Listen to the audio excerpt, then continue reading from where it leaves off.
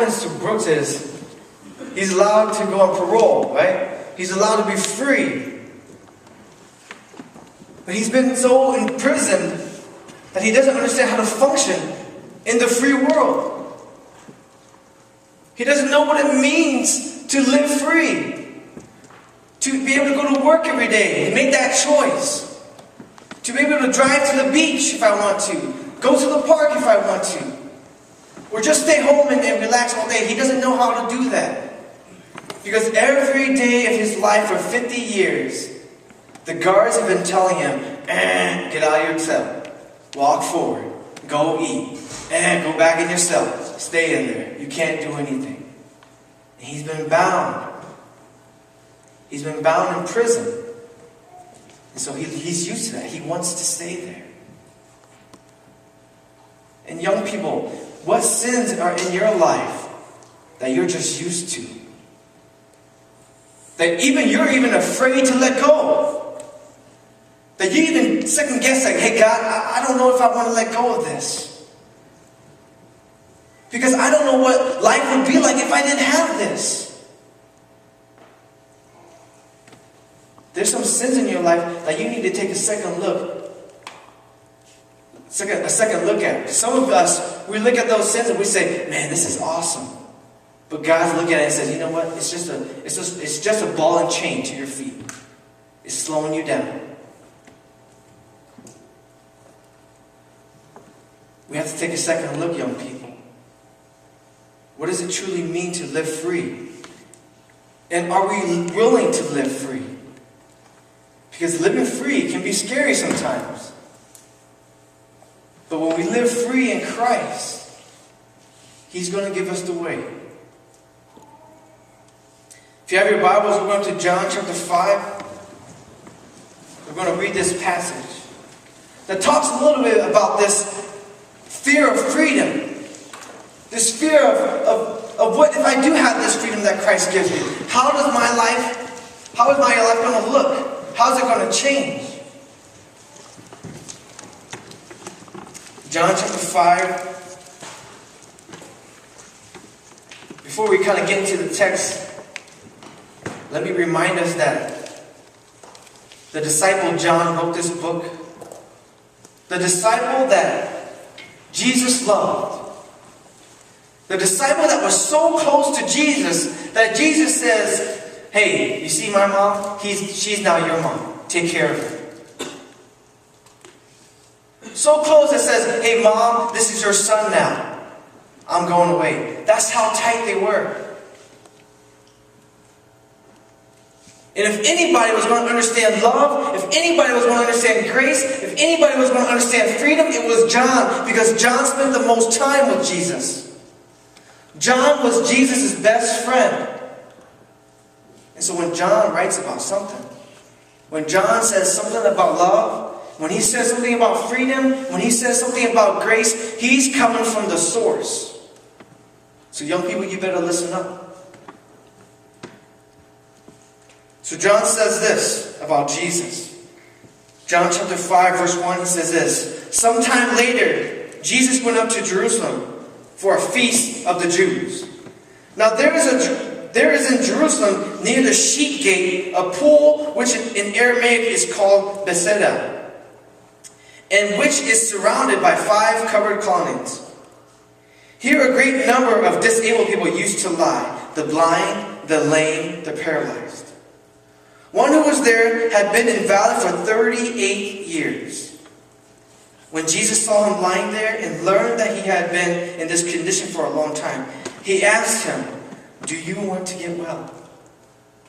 Sir, the invalid replied, I have no one to help me into the pool when the water is stirred. While I am trying to get in, someone else goes down ahead of me. Then Jesus said to him, get up, pick up your mat, and walk. At once the man was cured. He picked up his mat and walked. For us to understand this little pond or this little water thingy here, this thing was a magical thing that the people in that town, the people in that area believed that was magical. Okay? And they believed that an angel would come and would stir that water. and would stir it and stir it. And the first person that jumped in, the first person that had the privilege of jumping in would be healed.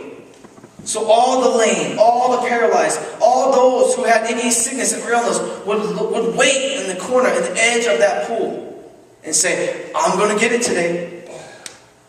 I'm going to jump in today. And so Jesus is there, and Jesus is like, all right, I want to check out this, miracle pool. And he sees this individual. And he finds out that this person has been there for 38 years. And Jesus asked the craziest question, right? The Son of God, God himself in the flesh, you'd think he would ask a more reasonable question. But he says, do you want to get well? You're kind of like, Jesus, of course he wants to get well. But I think what Jesus is saying here to this individual, this crippled man, is, do you really want it? I know I can do it. But do you really want it? And young people, before we move on, do you want to be set free? Jesus can do it. Jesus has the power to set you free. But do you want it? Are you willing to leave your life of alcoholism? Are you willing to leave your life of hatred? Are you willing to leave your life of lust? Are you willing to leave your life of bitterness?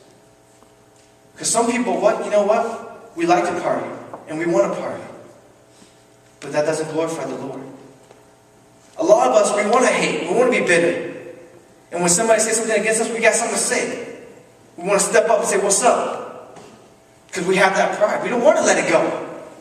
So I want to ask you a simple question. And it seems ridiculous, right, for me to ask you guys. But I want to ask you guys, do you guys want to be set free tonight? Do you want freedom in Christ? You got to ask yourself that. We look at this paralyzed individual, and we see two things when there's this fear of freedom, okay? We see these two things when there's fear and freedom. We see that in that fear we become so institutionalized. It becomes the norm for us. And also, too, our identity becomes found in this fear. This fear becomes a part of us. It becomes us. So let's look at the first part. What does it mean to become institutionalized? The dictionary definition says that institutionalization means to be confined to an institution. That doesn't really help me much. Right? To be confined to an institution. Okay, so what does it mean? Basically, it means to have an institution or a culture or a set thing transform the way you think, the way you live, and you can't live outside of that. We can't function outside of that. Maybe I become institutionalized in drugs. I can't function without drugs. I can't function without alcohol. I can't function without a cigarette. Man, I need one. Because it sets our pattern of life. We become bound to it. And many times, young people, we become institutionalized to our sin. It becomes the norm. It becomes like, I always do it. Right? When we party, I always drink. I party. I don't need alcohol when I party, but I party. What we just did up here, Fisherman's Project led us, that's a party. I didn't need alcohol.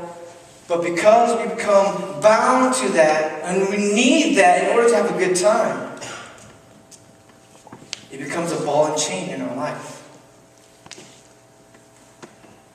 It becomes the norm.